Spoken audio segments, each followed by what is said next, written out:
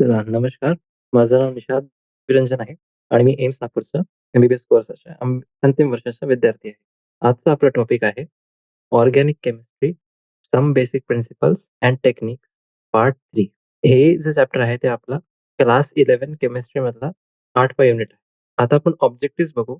जे ऑब्जेक्टिव्हज आपल्याला कव्हर करायचं आहे हे चॅप्टरमध्ये. तर सगळ्यात पहिले आपल्याला हे बघायचं आहे, की जे कार्बन आपला एलिमेंट आहे. कार्बनचे जे टेट्रा व्हॅलेन्सी असते, 4 व्हॅलेन्सी पोझिशन्स असतात. त्याचे काय कारण असतात आणि ऑर्गॅनिक मॉलिक्युल्स जे आहे, ज्याच्यामध्ये कार्बन असते, त्यांचे शेप्स कसे राहतात. ठीक आहे. मग नेक्स्ट आपण बघू, की जे आपले ऑर्गॅनिक मॉलिक्युल्स आहे, त्यांचे आपण स्ट्रक्चर्स जे काढतो, ते कसं काढू शकतो. म्हणजे कोणते-कोणते मेथड्स आहे, मेकॅनिझम आहे, त्यातून आपण काढू शकतो. मग आपण ऑर्गॅनिक कंपाउंड्सला क्लासिफाय करू. ठीक आहे. आणि मागचं जे सेशन होतं, त्याच्यामध्ये आपण हे बघितलेलं होतं, की जे कंपाउंड्स आहे, ऑर्गॅनिक कंपाउंड्स त्यांना आपण नेम कसं करायचं according to IUPAC system of nomenclature आणि त्यांचे स्ट्रक्चर्स आहे ते कसे डिराईव्ह करायचे फ्रॉम द गिव्हन नेम्स. म्हणजे आपल्याला नाव ते देऊन देईल आणि आपल्याला स्ट्रक्चर्स डिराईव्ह करायचे. ठीक आहे. मग आपण हे जे पूर्ण रिएक्शन्स आहे, ऑर्गॅनिक रिएक्शन्स यांचे आपण मेकॅनिझम बघू. हे जे मेकॅनिझम आहेत त्याच्यामध्ये कोणते कॉन्सेप्ट आपल्याला फॉलो करायला लागतात, कोणते रूल्स असतात, काय-काय कॉन्ट्रा इंडिकेशन्स असतात त्यांच्यामध्ये. ठीक आहे. मग जे इलेक्ट्रॉनिक डिस्प्लेसमेंट्स आहे, त्याचे कसा आपला इन्फ्लुअन्स पडते आपले स्ट्रक्चर आणि रिएक्टिव्हिटीवर. ऑर्गॅनिक कंपाउंड्स आता डिस्कस करू. त्यांचे स्ट्रक्चर आणि रिएक्टिव्हिटी यांच्यावर कशा आपला इन्फ्लुअन्स राहते इलेक्ट्रॉनिक डिस्प्लेसमेंट्स. ठीक आहे. आणि मग आपण ऑर्गॅनिक रिएक्शन ते आपले कोणते-कोणते टाइप्स आहेत, ते आपण डिस्कस करू. ठीक आहे. आणि एकदा आपल्याला टाइप्स माहिती झाले, मेकॅनिझम माहिती झाला, मग आपण प्युरिफिकेशनचे जे टेक्निक्स आहेत, जे आपण लॅब्समध्ये यूज करतो कंपाउंड्स, त्यांच्यासाठी आपण प्युरिफिकेशन टेक्निक्स बघू. आणि त्याच्यानंतर आपल्याला बघायचं आहे 2 higher order thinking skill concept. हे कोणते आहे आपले? क्वालिटेटिव्ह एनालिसिस आणि क्वांटिटेटिव्ह एनालिसिस. ठीक आहे. तर मागच्या सेशनमध्ये आपण हे बघितलेलं होतं, की जे आपले फंक्शनल ग्रुप्स राहतात, ऑर्गॅनिक कंपाउंड्सला जे अटॅच होतात, त्यांचे क्लासेस बघितले होते आणि जे हायरार्की आहे, म्हणजे प्रायोरिटी ऑर्डर ज्याला आपण म्हणतात, ते आपण बघितलेलं होतं. जसे की आपले alcohols, aldehydes, ketones, nitriles, ethers, carboxylic acid, carboxylate ions, acid आणि आयन मध्ये डिफरन्स आहे. एक मध्ये आपलं जे सफिक्स राहील ते ओइक ॲसिड राहील आणि कार्बोक्सिलेट आयन्स जे आहे, त्यांच्यामध्ये आपला OH आहे. ठीक आहे. मग इस्टर्स, acyl halides, amines, amides, nitro compounds आणि सल्फोनिक ॲसिड आणि हे जे कन्सेप्ट होता त्याला आपण अप्लाय केलं होतं हे प्रॉब्लेममध्ये. त्याच्यामध्ये आपल्याला स्ट्रक्चर डिराईव्ह करायचं होतं. कोणते-कोणते स्ट्रक्चर आपण डिराईव्ह केले होते? 2 फ्लोरोहेक्सेन, पेंट 4 इन 2 ऑल. मग 3 नायट्रो सायक्लोहेक्सेन, सायक्लोहेक्स 2 इन 1 ऑल आणि 6 हायड्रॉक्सी हेप्टॅनल. ठीक आहे. चला, आता आपण बघू nomenclature of substituted benzene compound. आता हे जे सबस्टिट्यूटेड बेन्झीन कंपाउंड्स आहे, हे आपले एरोमॅटिक स्ट्रक्चर्स आहे. ठीक आहे. आणि यांच्या IUPAC नॉमेनक्लेचरसाठी जे सबस्टिट्यूट आहे, त्याला आपण एक प्रिफिक्स सारखा राहतो टू द वर्ड बेन्झीन. आता एक्झाम्पल्समध्ये बघू आपण. पण जे आपले कॉमन नेम्स आहे, जे आपण आता मध्ये लिहिले आहे खालती, ते खूप सारे बेन्झीन कंपाउंड्सचे जे आपले कॉमन नेम्स आहे, ते पण आपण वापरतात युनिव्हर्सल. ठीक आहे. जसं आपलं जे पहिलं स्ट्रक्चर आहे ते आहे मिथाइल बेन्झीन, मग मिथॉक्सी बेन्झीन, त्याच्यानंतर अमिनो बेन्झीन, नायट्रो बेन्झीन आणि ब्रोमो बेन्झीन. प्रत्येक स्ट्रक्चरमध्ये एक बेन्झीन रिंग आपली कॉमन आहे. जी हे वाली आपली बेन्झीन रिंग आहे, ते आपली कॉमन आहे. आणि एक फंक्शनल ग्रुप त्याच्या सोबत अटॅच्ड आहे. मिथाइल बेन्झीन मध्ये CH3 म्हणजे याचं जे कॉमन नाव आहे, ते काय आहे आपलं टोलुई. तसंच मिथॉक्सी बेन्झीन म्हणजे OCH3. तर याचं कॉमन नेम आहे एनिसोल. मग NH2 म्हणजे अमिनो बेन्झीन. याचं कॉमन नेम आहे ॲनिलीन. तसंच नायट्रोबेन्झीन आणि ब्रोमोबेन्झीन. आता जर बेन्झीन रिंगला आपण सबस्टिट्यूट केला, ठीक आहे, म्हणजे काढलं त्या स्ट्रक्चरपासून. तर जी आपली सबस्टन्सची पोझिशन आहे, ती कशी डिफाईन होते? By numbering the carbon atoms of the ring such that the substitutes are located at the lowest possible number. ठीक आहे. म्हणजे तेच जे आपण अल्केन, अल्कीन त्यांच्यासाठी जे आपण बघितलेलं होतं, तसंच आपलं राहतं. ठीक आहे. आणि एक्झाम्पलसाठी जे आपलं कंपाऊंड आहे बी, त्याचं नाव आपण कसं देऊ? 1,3 डायब्रोमोबेन्झीन. ठीक आहे. 1,5 नाही, 1,3. ठीक आहे. कारण की आपल्याला जे लोएस्ट नंबर पॉसिबल आहे, ते त्याला अलॉट करावं. आता तसंच आपलं हे स्ट्रक्चर बघा. ए, बी आणि सी. डिफरन्स काय आहे हे 3 स्ट्रक्चर्समध्ये? एक आहे आपलं 1,2 डायब्रोमोबेन्झीन. दुसरं आपलं आहे 1,3 डायब्रोमोबेन्झीन आणि चौथं स्ट्रक्चर आपलं आहे 1,4 डायब्रोमोबेन्झीन. आता जर हे याच्या साइडच्या पोझिशनला आला इथे, जे मी स्क्रीनवर लिहिलेलं आहे 5th नंबरच्या पोझिशनवर, तेव्हा आपण त्याला 1,5 नाही म्हणू. त्याचं नाव होऊन जाईल 1,3 डायब्रोमोबेन्झीन. कारण की आपल्याला लोएस्ट पॉसिबल नंबर पाहिजे. ठीक आहे. आणि जे आपलं हे नॉमेनक्लेचर सिस्टम आहे, त्याच्यामध्ये आपण काय-काय वेग टर्म्स पण त्यांचा पण प्रयोग करतात. जसं की एक आपला टर्म आहे ऑर्थो. ऑर्थो आणि त्याला डिनोट कसं करू आपण? ब्रॅकेटमध्ये ओ लिहू. तसंच आहे मेटा आणि पॅरा. तर ऑर्थो, मेटा आणि पॅरा. हे जे आपले टर्म्स आहे, यांना आपण प्रिफिक्स सारखं वापरतो टू इंडिकेट रिलेटिव्ह पोझिशन. कोणते-कोणते? 1,2, 1,3 आणि 1,4. म्हणजे इथे आपण जे स्ट्रक्चर्स आता बघितलेले होते 1,2, 3, 4 त्यांचं नाव आपण कसं देऊ? ऑर्थोब्रोमोबेन्झीन, मेटाब्रोमोबेन्झीन आणि पॅराब्रोमो. ठीक आहे. कोणते-कोणते? ऑर्थो, मेटा आणि पॅरा. ठीक आहे. चला आता ट्राय किंवा हायर सबस्टिट्यूटेड बेन्झीन डेरिव्हेटिव्ह म्हणजे यांच्यामध्ये आपले 3 किंवा 3 पेक्षा जास्ती सबस्टिट्यूशन्स आहेत. त्यांच्यामध्ये आपण हे जे प्रिफिक्स आपण डिस्कस केले आता ऑर्थो, मेटा, पॅरा यांना आपण वापरू नाही शकत. आणि जे कंपाउंड्स आहे त्यांचं नाव आपण कसं देतो मग? By identifying substituent position on the ring by following the lowest locant rule. जे आपला लोएस्ट लोकंट, लोकंट म्हणजे लोकेशन ऑफ अ सबस्टन्स. त्याला आपण म्हणतात लोकंट. लोकंट लोकंट रोल आहे, ते आपल्याला फॉलो करावं लागतं. आता काही केसेसमध्ये जे कॉमन नेम आहे बेन्झीन डेरिव्हेटिव्हचं, त्याला आपण बेस कंपाउंड सारखं घेतो. ठीक आहे. आता बेस कंपाउंडला जर आपण सबस्टिट्यूट केला, तर ते आपलं जे सबस्टिट्यूएंट राहते बेस कंपाउंडचा, त्याला आपण 1 नंबर असाइन करतो. आणि जे डायरेक्शन आहे नंबरिंगचे, ते कसं चूज करतो आपण मग? असं चूज करतो, की जे आपला नेक्स्ट सबस्टिट्यूएंट आहे, त्याला लोएस्ट नंबर भेटेल. ठीक आहे. आणि जे सबस्टिट्यूएंट्स आहे, ते आपले अल्फाबेटिकल ऑर्डर जे आहे ते फॉलो करतात आणि त्यांचे ऑर्डरमध्ये ते त्यांचं नाव अपीअर होते. जसं आपण इथे एक्झाम्पल्स बघू आता बघा. हे जे स्ट्रक्चर आहे आपल्या स्क्रीनवर, त्याचं नाव कसं देऊ आपण? 2 फ्लोरो, 1 मिथाइल, 4 नायट्रोबेन्झीन आणि म्हणजे समजलं तुम्हाला हे 1 मिथाइल पोझिशन आहे. मिथाइल जे CH3 ग्रुप आहे त्याला आपण 1 दिला. क्लोरीनला 2 आणि नायट्रोला 4 कारण की यांची जी हायरार्की आहे, जे प्रायोरिटी लिस्ट आहे, हे अशीच आहे. ठीक आहे. म्हणजे 2 क्लोरो, 1 मिथाइल, 4 नायट्रोबेन्झीन. अजून एक स्ट्रक्चर बघा इथे. मग हे जे स्ट्रक्चर आहे ते आपलं 1 क्लोरो, 2,4 डायनायट्रोबेन्झीन. ठीक आहे. आणि याचं नाव असं नाही देऊ आपण 4 क्लोरो, 1,3 डायनायट्रोबेन्झीन. असं नाव नाही राहिलं. ठीक आहे. मग हे वालं बघा.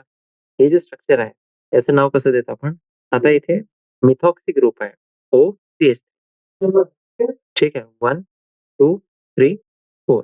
1 जे आहे ते पोझिशन आपली मिथॉक्सी ग्रुप आहे म्हणजे मिथाइल एनिसोल. म्हणजे हे स्ट्रक्चरचं नाव कसं होऊन जाईल? 2 क्लोरो, 4 मिथाइल एनिसोल. फक्त हे जे आपलं क्लोरीन आहे आणि मिथाइल ग्रुप आहे, याचं नाव आपण प्रिफिक्समध्ये लिहिलेलं आहे.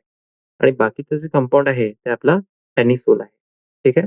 तसंच आपलं हे वालं स्ट्रक्चर बघा 4 2 मिथाइल एनिलीन आणि जे आपलं 5वं स्ट्रक्चर आहे, 5वं स्ट्रक्चर बघा. 5व्या स्ट्रक्चरमध्ये बेन्झीन रिंग आहे आणि 2 मिथाइल ग्रुप्स थर्ड आणि फोर्थ पोझिशनवर आणि एक आपला OH ग्रुप अटॅच्ड आहे एपेक्स पोझिशनवर. जी आपली फर्स्ट पोझिशन आहे. ठीक आहे. आता जे हे फर्स्ट पोझिशन आहे OH ग्रुपचं, हे पूर्ण कंपाउंड आपलं काय झालं? फिनॉल आणि 3,4 डायमिथाइल फिनॉल. आता अजून एक आपला सिनारिओ बघू आपण इथे. जेव्हा एक बेन्झीन रिंग अटॅच राहते to an alkane with a functional group, तेव्हा आपण त्याला एक सबस्टिट्यूएंट सारखं कन्सिडर करतो instead of a parent compound. ठीक आहे.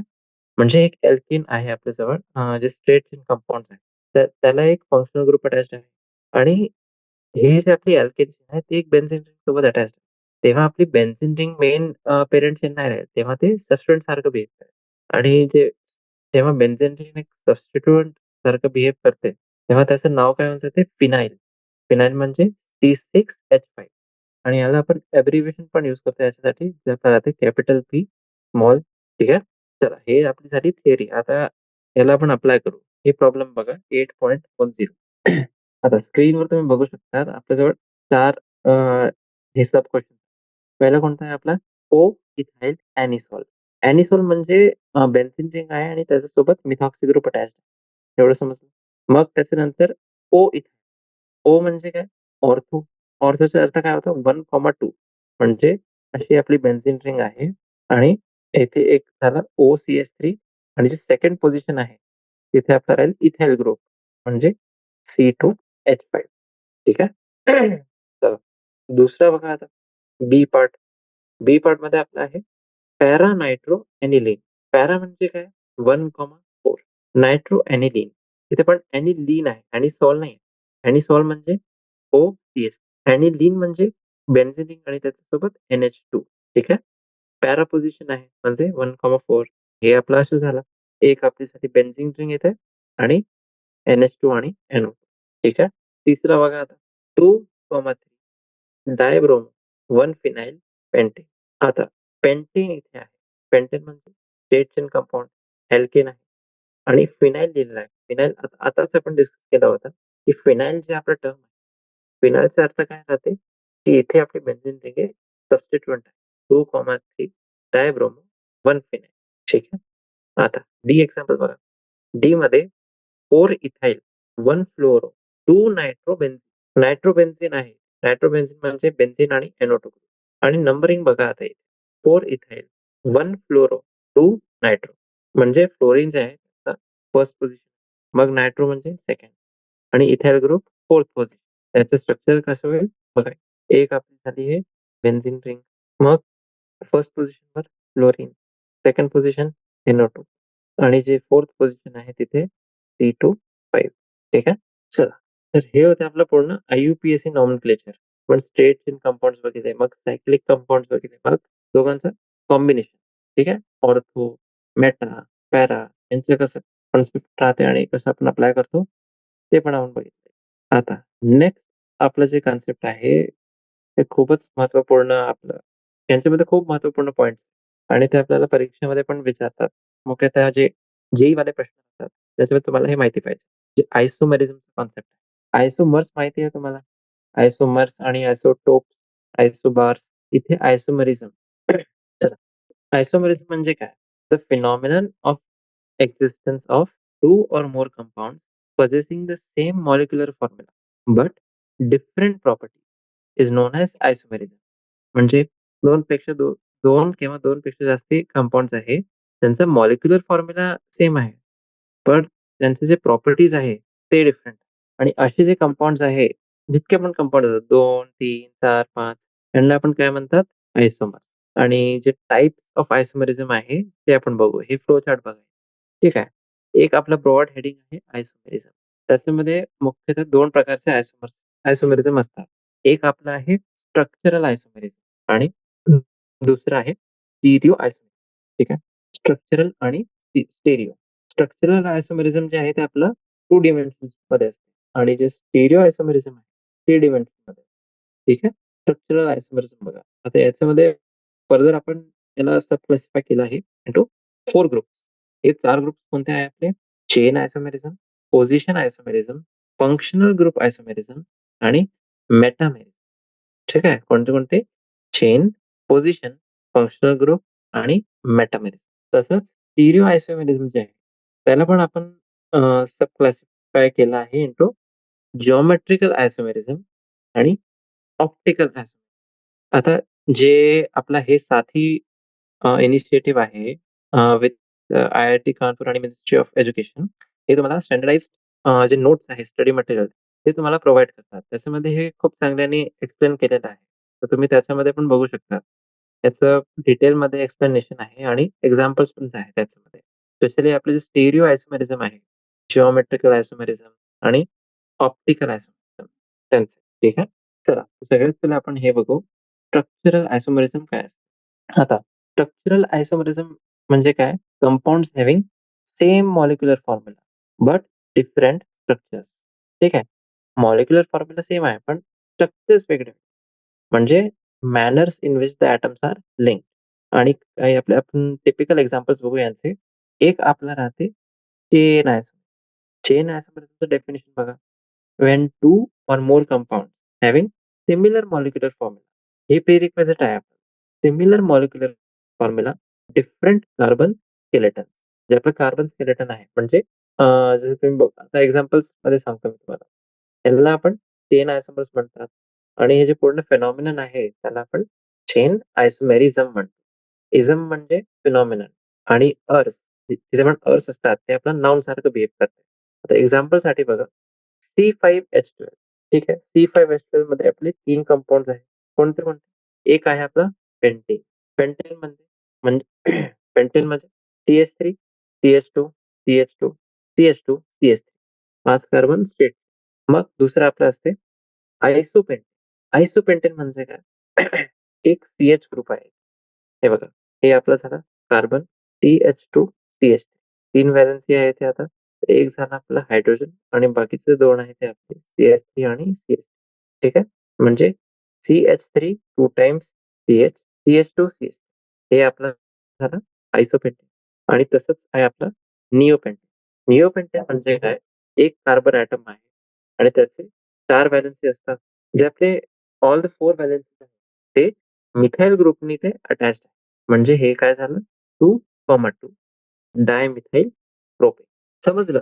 यांचे जे आपले मॉलिक्युलर फॉर्म्युला आहे ते सारखेच आहे. पण जे स्ट्रक्चर्स आहे ते वेगळे-वेगळे आहे. एक आपला स्टेट पूर्ण आहे पेंटेन. दुसरं आपलं आहे आयसोपेंटेन आणि तिसरं आपलं आहे निओपेंटेन. हे झालं चेन आयसोमेर. तसंच बघू आपण पोझिशन आयसोमेर. आता when 2 or more compounds differ in the position of substituent atom or functional group on the carbon skeleton. म्हणजे 2 किंवा 2 पेक्षा जास्त कंपाउंड्स आहेत ते कोणत्या फॅक्टरमध्ये डिफर करतात ते पोझिशन ऑफ सबस्टिट्यूएंट एटम और फंक्शनल ग्रुप. जे आपला त्या कार्बन चेनला अटॅच सबस्टिट्यूएंट एटम आहे किंवा फंक्शनल ग्रुप आहे, त्यांची पोझिशन आपली व्हेरी करत आहे. ते पूर्णच कार्बन स्केलेटन. तेव्हा आपण याला पोझिशन आयसोमेरिझम म्हणतो. ठीक आहे. आणि जे आपले हे कंपाउंड्स राहतात त्यांना आपण पोझिशन आयसोमर्स.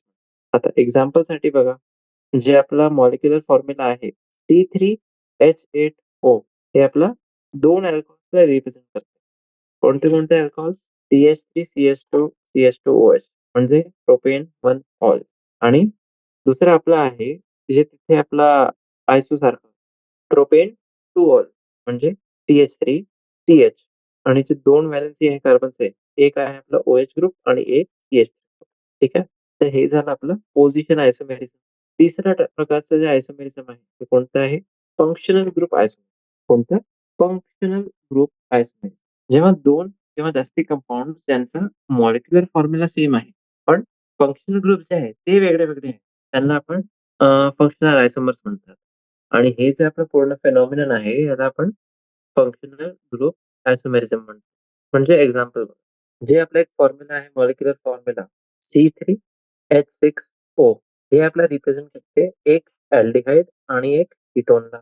म्हणजे यांचा मॉलिक्युलर फॉर्म्युला सेम आहे, पण जे आपले फंक्शनल ग्रुप्स आहेत ते वेगळे-वेगळे आहेत. म्हणजे एक अल्डिहाइड झाला आणि कीटोन झाला. म्हणूनच ते आपले फंक्शनल आयसोमर्स आहेत. प्रोपेनोन आणि प्रोपेनॉल. ठीक आहे. मग जे आपला शेवटचा प्रकार आहे स्ट्रक्चरल आयसोमेरिझमचा ते कोणतं आहे? मेटामेरिझम. मेटामेरिझम म्हणजे काय?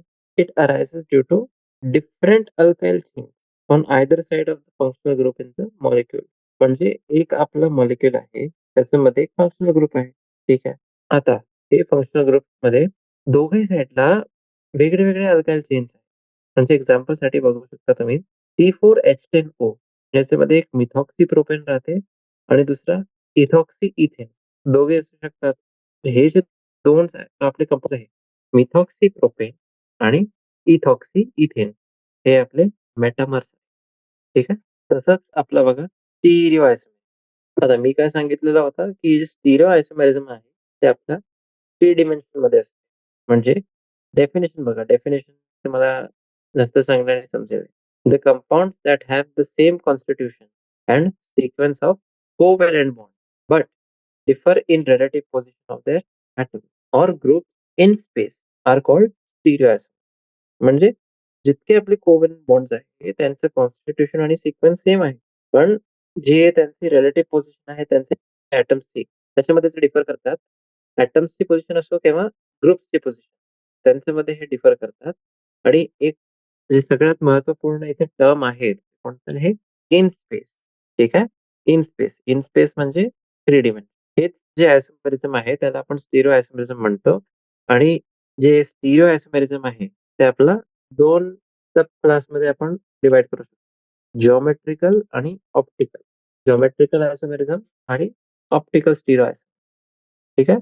तर हे आपलं होतं पूर्ण जे आपले क्लासिफिकेशन आहे आयसोमेरिझम. आता नेक्स्ट आपण काय बघू? Fundamental concept in organic reaction mechanism. कोणतीही जी ऑर्गॅनिक रिएक्शन असते त्यांचं जे मेकॅनिझम आहे त्याच्यामध्ये कोणते-कोणते आपले फंडामेंटल कॉन्सेप्ट्स आहे, जे त्याच्यामध्ये राहतात, जे गव्हर्न करतात त्या रिएक्शनला आणि जे आपल्याला माहिती पाहिजे कोणताही प्रश्न सॉल्व्ह करायचा. चला, आता एक ऑर्गॅनिक रिएक्शनमध्ये जे आपलं ऑर्गॅनिक मॉलिक्यूल आहे, ऑर्गॅनिक मॉलिक्यूलला आपण काय म्हणतो? सबस्ट्रेट ज्याला आपण म्हणतो. ते आपला रिएक्ट करते एक अप्रोप्रिएट अटॅकिंग रिएजंट सोबत आणि त्याच्याने आपलं काय होते? Formation of one or more intermediate आणि फायनली आपला प्रॉडक्ट. हे जे आपली पूर्ण जनरल रिएक्शन आहे, त्याला आपण कसं डिपिक्ट करू शकतो बघा इथे. एक आपला ऑर्गॅनिक मॉलिक्यूल आहे, म्हणजे सबस्ट्रेट आहे. तर ते आपलं रिएक्ट करते एक अटॅकिंग रिएजंट सोबत आणि काय फॉर्म होत आहे आता? इंटरमिडिएट आणि मग त्याच्यानंतर प्रॉडक्ट. हे जे इंटरमिडिएट आहे याच्याने आपले बाय प्रॉडक्ट्स म्हणतात, बरोबर? तर हे आपलं झालं पूर्ण जे स्केलेटन रिएक्शन होतं, एक ऑर्गॅनिक रिएक्शन. जे आपलं सबस्ट्रेट आहे, सबस्ट्रेट आपण कोणाला म्हणतात?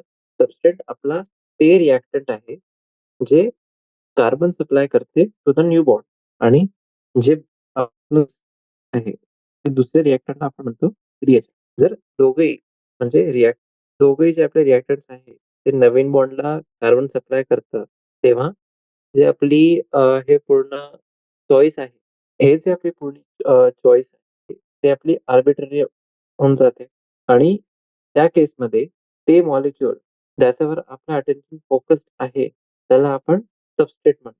ठीक आहे. चला, तर हे होते आपले मेकॅनिझम आणि त्याचं जे एम्बिग्युइटी केम आहे त्याच्यामध्ये. आता अशी जी आपली रिएक्शन आहे, त्याच्यामध्ये एक आपला covalent bond between 2 carbon atom किंवा एक कार्बन आणि दुसरा कोणता एक एटम राहो, ते आपला तुटून जाते आणि एक नवीन बॉन्ड आपला फॉर्म होतो. ठीक आहे. तर आता एक sequential amount of each step describing details of electron movement, energetics during bond cleavage आणि bond formation and the rates of transformation of reactants into product म्हणजे kinetics is referred to as reaction mechanism. म्हणजे जे आपण तेव्हापासून म्हणत आहोत organic reaction mechanism. त्याचा अर्थ काय राहते? रिएक्शन मेकॅनिझमचा अर्थ काय आहे? रिएक्शन मेकॅनिझम म्हणजे काय आहे आपला? प्रत्येक स्टेपचा एक सिक्वेन्शियल अकाउंट आहे, की म्हणजे हे स्टेप झाला, याच्यानंतर हे स्टेप झाला, याच्यानंतर हे स्टेप झाला आणि त्याच्यामध्ये कोणते-कोणते डिटेल्स आपण डिस्क्राईब करत आहोत? इलेक्ट्रॉनचं मूव्हमेंट कसं होत आहे, बॉन्ड क्लीव्हेज आणि बॉन्ड फॉर्मेशनमध्ये कोणते-कोणते एनर्जी पॅटर्न्स आहे आणि जे आपला ट्रान्सफॉर्मेशन होत आहे रिएक्टंट्स इंटू प्रॉडक्ट म्हणजे हे पूर्ण जे कायनेटिक्स आहे, त्याचे रेट कसे आहे? हे पूर्ण जे आपलं प्रोसेस आहे, त्याला आपण रिएक्शन मेकॅनिझम ठीक आहे. हे आपली डेफिनेशन झाली रिएक्शन मेकॅनिझम. आता हे रिएक्शन मेकॅनिझम आपल्याला कशाला माहिती पाहिजे? कारण की हे जे नॉलेज आहे, ते आपल्याला मदत करेल in understanding the reactivity of organic compound आणि त्यांच्या सिंथेसिससाठी आपण कसं स्ट्रॅटेजी प्लॅन करायची, ते आपल्याला माहिती. आता हे सेक्शन्समध्ये बघा आपण काय-काय प्रिन्सिपल्स बघू. जसं की एक आपला आहे fission of a covalent. Fission म्हणजे काय? फ्युजन म्हणजे जोडणं आणि फिजन म्हणजे तुटणं. फ्युजन म्हणजे ब्रेक. ठीक आहे. आता एक कोव्हॅलंट बॉन्ड जे आहे ते कसं क्लीव्ह होऊ शकते? एक आपला राहते हेटेरोलिटिक क्लीव्हेज आणि दुसरा आपला राहते होमोलिटिक क्लीव्हेज. ठीक आहे. हेटेरो आणि होमो 2 प्रकारचे राहतात. हेटेरोलिटिक क्लीव्हेज म्हणजे मध्ये काय असतं? हेटेरोलिटिक क्लीव्हेजमध्ये जे आपला बॉन्ड आहे, ते असे फॅशनने आपला ब्रेक होते, की अ, जे आपलं शेअर्ड पेअर ऑफ इलेक्ट्रॉन्स आहे, ते आपले कोणतेही एक जे आपली फ्रॅगमेंट आहे, त्याच्यासोबत ते राहतात. ठीक आहे? आणि हेटेरोलिसिसच्या नंतर एक ॲटम जे आहे, त्याच्याजवळ आपलं सेक्स्टेट इलेक्ट्रॉनिक स्ट्रक्चर राहील आणि एक पॉझिटिव्ह चार्ज राहील आणि जे दुसरं आहे, त्याच्यामध्ये आपला एक व्हॅलन्स ऑक्टेट राहील with at least 1 lone pair आणि एक आपलं निगेटिव्ह चार्ज. दस जे आपला हेटेरोलिटिक क्लीव्हेज आहे ब्रोमोमिथेनचा, ते एक प्लस CH3 देईल आणि एक Br मायनस म्हणजे CH3 प्लस आणि Br मायनस. म्हणजे इथे आपलं जे आयनिक सारखं स्ट्रक्चर आहे ते आपण बघू शकतो. एक प्लस आहे आणि दुसरा आपला मायनस आहे. हे बघा, जे आपलं कोव्हॅलेंट बॉन्ड होता CH3 आणि ब्रोमिनमध्ये, त्याचे जे आपले पेअर्ड पेअर ऑफ इलेक्ट्रॉन्स आहे, ते ब्रोमिन जवळ आले म्हणजे CH3 प्लस आणि Br मायनस. ओके. मग a species having a carbon atom possessing sextate of electrons आणि एक पॉझिटिव्ह चार्ज, त्याला आपण म्हणतात कार्बोकॅटायन. मागच्या वेळेला आपण याला काय म्हणत होतो? कार्बोनियम आहे. पण आता आपण काय म्हणतो याला? कार्बोकॅटायन. कार्बोकॅटायन म्हणजे काय? अशी स्पीशीज ज्याच्यामध्ये एक कार्बन ॲटम आहे, त्याच्यावर आपले सेक्स्टेट आहे इलेक्ट्रॉन्स म्हणजे 6 इलेक्ट्रॉन्स आहेत आणि एक पॉझिटिव्ह चार्ज. ठीक आहे? सेक्स्टेट ऑफ इलेक्ट्रॉन्स आणि पॉझिटिव्ह. मग जे आपलं CH3 प्लस आयन आहे, त्याला आपण मिथाइल कॅटायन म्हणतात. तेव्हा मिथाइल कार्बोनियम. मिथाइल कॅटायन तेव्हा मिथाइल कार्बोनियम आयन. कार्बोकॅटायन्स जे असतात त्यांना आपण कसं क्लासिफाय करतो? प्रायमरी, सेकंडरी किंवा टर्शियरी. आणि हे कोणत्या फॅक्टरवर डिपेंड करते की प्रायमरी आहे, सेकंडरी आहे किंवा टर्शियरी आहे? Depending on whether 1, 2 or 3 carbons are directly attached to the positively charged carbon. आता समजा जर आपला एकच कार्बन ॲटम त्या कार्बोकॅटायनवर अटॅच्ड आहे, तर आपण त्याला काय म्हणतो? प्रायमरी. जर 2 कार्बन ॲटम्स अटॅच्ड आहे, त्याला आपण म्हणतो सेकंडरी आणि तिसरा आपला काय राहील? टर्शियरी. टर्शियरी म्हणजे म्हणजे आपलं 3 कार्बन ॲटम. बाकीचे जे आपले दुसरे एक्झाम्पल्स आहेत कार्बोकॅटायन्सचे, ते कोणते-कोणते आहे आपले? CH3 CH2 प्लस म्हणजे इथाइल कॅटायन, जे आपलं एक प्रायमरी कार्बोकॅटायन. मग CH3 टाइम्स CH प्लस ते आपलं आहे आयसोप्रोपाइल कॅटायन, जे एक आपला सेकंडरी कार्बोकॅटायन आहे आणि तसंच आपलं आहे CH3 3 टाइम्स C प्लस ते आपलं आहे थर्ड ब्युटाइल कॅटायन म्हणजे टर्शियरी कार्बोकॅटायन्स जे असतात ते आपले हायली अनस्टेबल राहतात आणि हायली अनस्टेबल आणि रिएक्टिव्ह स्पीशीज. जे अल्काइल ग्रुप्स आपले डायरेक्टली त्या पॉझिटिव्हली चार्ज कार्बन सोबत अटॅच्ड आहे, ते कार्बोकॅटायन्सला स्टेबलाइज करतात ड्यू टू 2 इफेक्ट्स आहेत. एक आहे इंडक्टिव्ह इफेक्ट आणि दुसरा आहे हायपर कॉन्जुगेशन. ठीक आहे? इंडक्टिव्ह आणि हायपर. आणि हे 2 इफेक्ट्स आपण बघू, जे आपले नंतरचं सेक्शन आहे 8.7.5 आणि 8.7.9 मध्ये. ठीक आहे? आता जी आपली ऑब्झर्व्ड ऑर्डर ऑफ कार्बोकॅटायन स्टेबिलिटी आहे, ते कशी आहे? जे आपला सिंगल आहे म्हणजे प्लस CH3 त्याची सगळ्यात कमी स्टेबिलिटी राहते. मग त्याच्यानंतर CH3 CH2 प्लस, मग CH3 2 टाइम्स CH प्लस आणि त्याच्यानंतर आपला जे third butyl cation CH3 3 times C plus. ठीक आहे? हे आपली ऑब्झर्व्ड ऑर्डर आहे कार्बोकॅटायन स्टेबिलिटी. हे जे आपले कार्बोकॅटायन्स असतात त्यांचे आपला ट्रायगोनल प्लेनर शेप राहते with positively charge carbon being sp2 hybridised. जे आपलं पॉझिटिव्हली चार्ज कार्बन आहे. खूप सारे कार्बन ॲटम्स आहेत त्या स्ट्रक्चरमध्ये. पण जे कार्बन ॲटम आपलं पॉझिटिव्हली चार्ज आहे, त्याचं हायब्रिडायझेशन काय असते? sp2.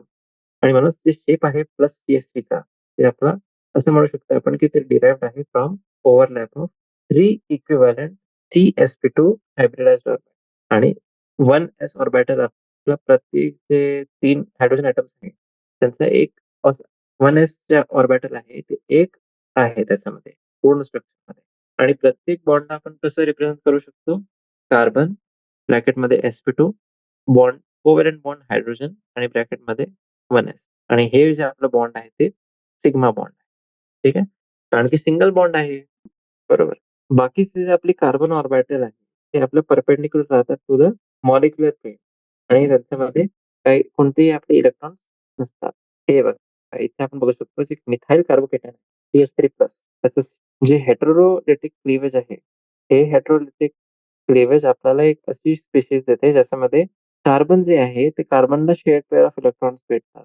म्हणजे जेव्हा हे ग्रुप Z जे आहे, जे कार्बन सोबत अटॅच होतात, ते विथआऊट इलेक्ट्रॉन पेअर ते लीव्ह करून देतात त्या रिएक्शनपासून. तेव्हा आपलं मिथाइल एनायन फॉर्म म्हणजे CH3- अशी कार्बन स्पेशीज ज्याच्यामध्ये आपलं एक निगेटिव्ह चार्ज आहे कार्बन ॲटमवर. त्याला आपण कार्ब एनायन म्हणतात. पॉझिटिव्हमध्ये काय होतं? कार्ब केटायन आणि इथे आपलं राहील कार्ब एनायन. जे कार्बन आहे आपलं कार्ब एनायन मध्ये मध्ये ते जनरली आपला sp3 हायब्रिडाइज असतं आणि त्याचं जे स्ट्रक्चर आहे ते आपलं राहते डिस्टॉर्टेड टेट्राहेड्रल. हे बघा फिगर आहे 8.3b. त्याच्यामध्ये आपण बघू शकतो जे मिथाइल कार्ब एनायन आहे. त्याचा शेप कसा आहे आपला? टेट्राहेड्रॉन नाही, डिस्टॉर्टेड टेट्राहेड्रल. कारण की तिथे आपलं एक लोन पेअर पण आहे. लोन पेअर, बॉन्ड पेअर जे रिपल्शन आहे, ते आपण बघू शकतात हे स्ट्रक्चरमध्ये. कार्ब एनायन्स जे आहे आपले, ते पण आपले अनस्टेबल राहतात आणि खूपच रिएक्टिव्ह स्पीशीज असतात. आणि ते ऑर्गॅनिक रिएक्शन्स जे आपले हेटेरोलेटिक बॉन्ड क्लिवेज आणि प्रोसीड करतात. त्यांना आपण आयनिक किंवा हेटेरोपोलर किंवा फक्त पोलर रिएक्शन म्हणतात. ठीक आहे. म्हणजे जे पूर्ण डेफिनेशन आहे, ते कशी राहील आपली? The organic reactions which proceed through heterolytic bond cleavage are known as ionic or heteropolar or just polar reaction. ठीक आहे. आता बघा, हे होतं आपलं हेटेरोलिटिक क्लीवेज. आता आपण बघू होमोलिटिक क्लीवेज. होमोलिटिक क्लीवेज मध्ये काय आहे? One of the electrons of the shared pair in a covalent goes with each of the bonded atom. म्हणजे एक आपला कोव्हॅलेंट बॉन्ड होता. त्याच्यामध्ये शेअर्ड पेअर ऑफ इलेक्ट्रॉन. एक जे इलेक्ट्रॉन आहे आपला, ते प्रत्येक बॉन्डेड ॲटम्स जे होते 2 त्यांच्यासोबत चाललं जातं. आणि म्हणूनच एक होमोलिटिक क्लीवेज मध्ये जे मूव्हमेंट आहे of a single electron that takes place instead of an electron pair.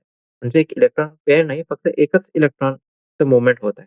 हे जे सिंगल इलेक्ट्रॉन मूव्हमेंट आहे, त्याला आपण कसं दाखवू शकतो? बाय हाफ हेडेड एरो म्हणजे फिश हुक. हे बघा, फिश हुक एरो कसं असते? फिश हुक एरो म्हणजे हे असं. जे आपला कन्व्हेन्शनल एरो आहे, ते आपण कसं लिहितो? हे सिंगल कर्व्ह लाईन आणि 2 स्ट्रेट लाईन. इथे आपल्याला फक्त एक कर्व्ह लाईन आणि एक स्ट्रेट लाईन. ठीक आहे. आणि असं जे आपलं क्लीव्हेज राहते, that results in the formation of neutral species. Neutral species म्हणजे कोणताही ॲटम असू शकते किंवा कोणताही ग्रुप असू शकते, which contains an unpaired electron. आणि अशी जी स्पीशीज राहतात आपले, त्यांना आपण म्हणतो फ्री रॅडिकल. जसे आपले कार्बोकॅटायन्स आहे आणि कार्ब एनायन्स आहे. फ्री रॅडिकल्स पण आपले खूप रिएक्टिव्ह असतात. ठीक आहे. म्हणजे आपल्याला 3 अनस्टेबल आणि क्वाईट रिएक्टिव्ह स्पीशीज आतापर्यंत आपण बघितलेलं आहे. कोणते-कोणते? एक होता कार्ब केटायन, दुसरा होता आपला कार्ब एनायन आणि तिसरा फ्री रॅडिकल. समजलं? आता होमोलिटिक क्लीव्हेजला आपण कसं दाखवू शकतो, कसं आपण त्याला रिप्रेझेंट करू शकतो, ते बघायचं. इथे एक आपला कंपाउंड आहे RX. RX म्हणजे R आपला अल्काइल ग्रुप आहे. म्हणजे याच्यामध्ये कार्बन आणि हायड्रोजन आहे. आणि X आपला काही पण असू शकते. म्हणजे कोणताही फंक्शनल ग्रुप असू शकते किंवा दुसरा आपला अल्कीन, अल्काइन ते पण असतं. In the presence of heat और लाईट हे कॅरेक्टरिस्टिक राहते. जे आपले फ्री रॅडिकल्स फॉर्मेशन रिएक्शन्स असतात, त्यांच्यामध्ये जे इंटरव्हिनिंग आपला कॅटलिस्ट आहे ते हीट किंवा लाईट असते. आणि 2 फिश हेडेड आपले एरोज आहेत. ठीक आहे. 2 फिश हुक एरोज आहे म्हणजे जे आपला शेअर्ड पेअर ऑफ इलेक्ट्रॉन्स आहे, ते शेअर्ड पेअर ऑफ इलेक्ट्रॉन्सचे एक एक इलेक्ट्रॉन आपला एक R ग्रुप सोबत जाते आणि दुसरा ग्रुप सोबत. म्हणजे आता काय फॉर्मेशन होत आहे? 2 इथे कंपाउंड्स 2 आपल्याला स्पेशीज भेटत आहे. एक आहे R डॉट आणि X डॉट. हे जे R डॉट आहे, हे आपलं अल्काइल फ्री रॅडिकल. ठीक आहे. आणि अल्काइल रॅडिकल्सला आपण यांना पण आपण तसंच क्लासिफाय करू शकतो. जसं की आपला प्रायमरी, सेकंडरी आणि टर्शियरी.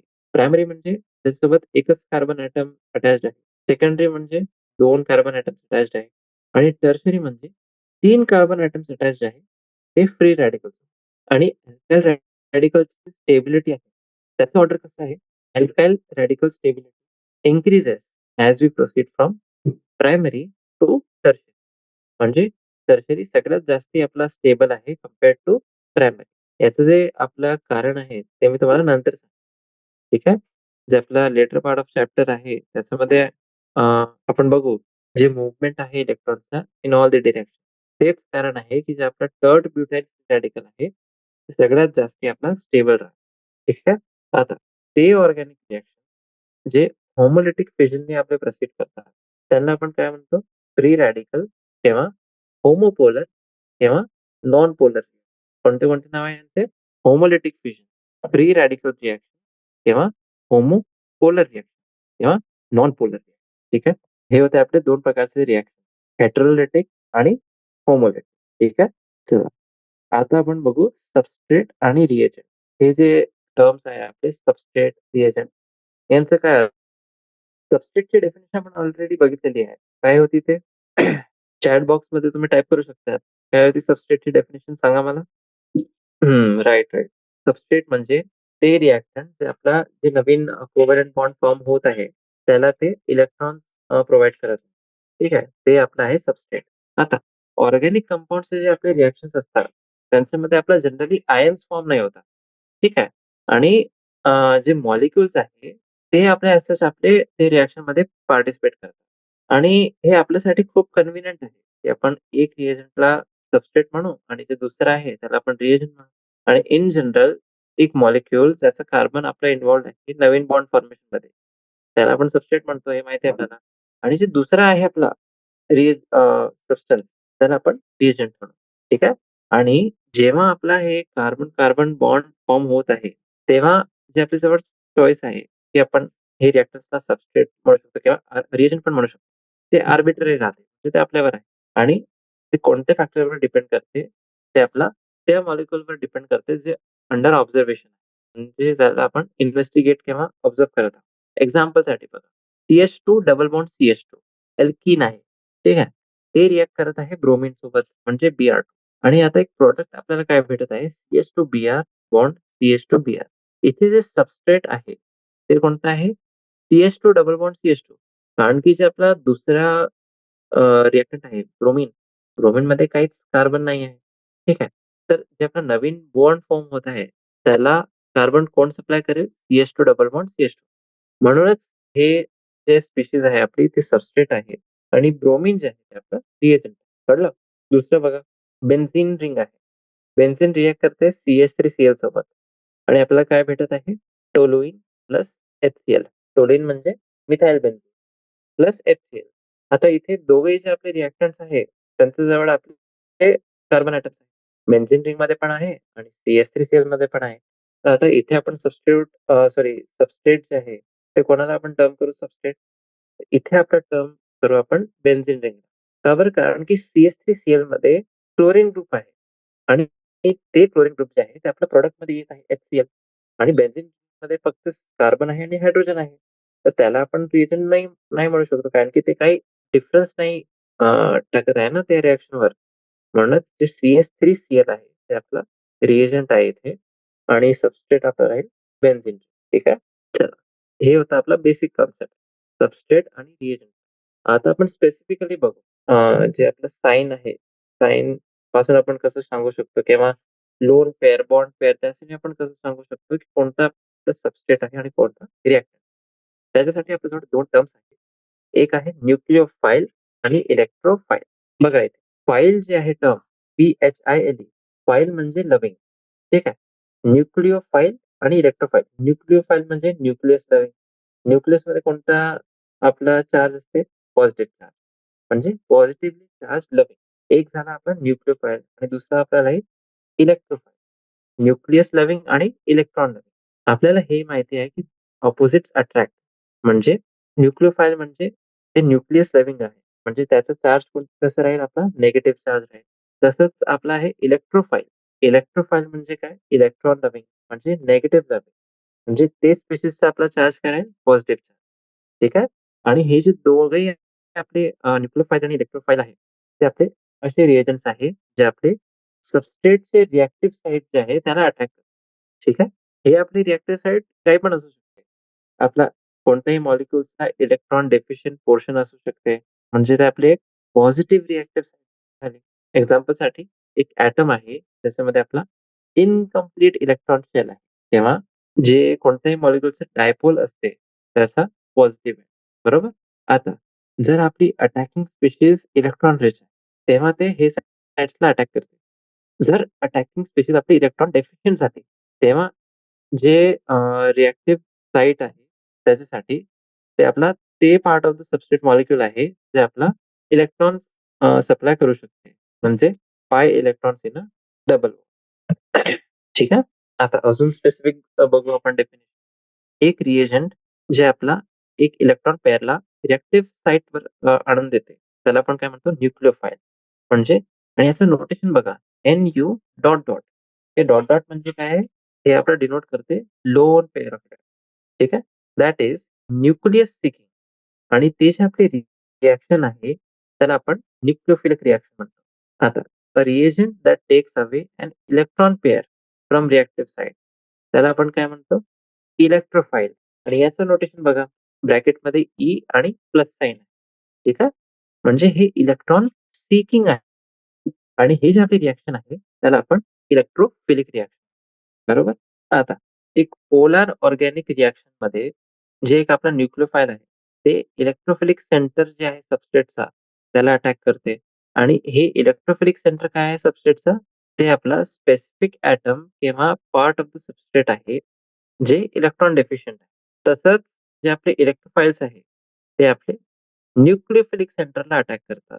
हे न्यूक्लिओफिलिक सेंटर जे आहे ते आपले काय आहे इलेक्ट्रॉन रिच सेंटर आहे त्या सबस्ट्रेट मॉलिक्युल्सचे.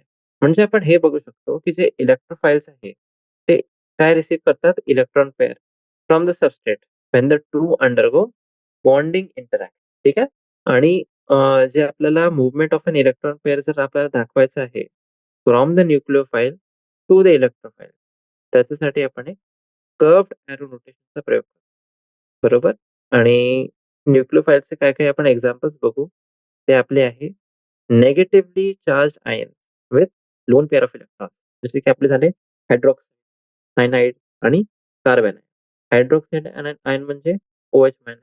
सायनाइड आयन्स म्हणजे CN मायनस आणि कार्ब एनायन म्हणजे R3C मायनस.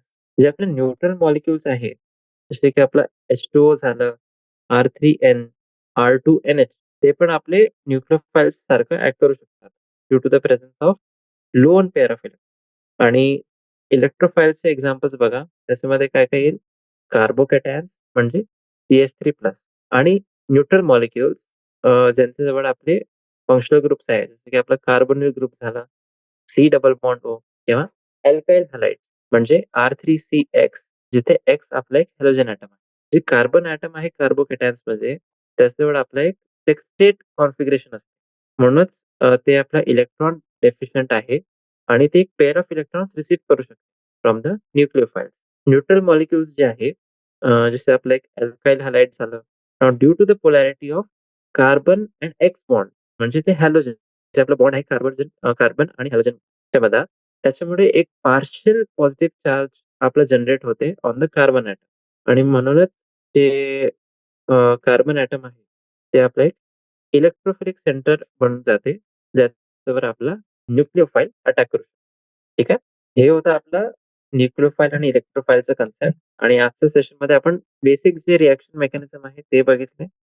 जे आपण नेक्स्ट सेशन आहे त्याच्यामध्ये आपण बघू जे हे थिअरी होते. आता आपण याला प्रॅक्टिस करू विथ प्रॉब्लेम्स.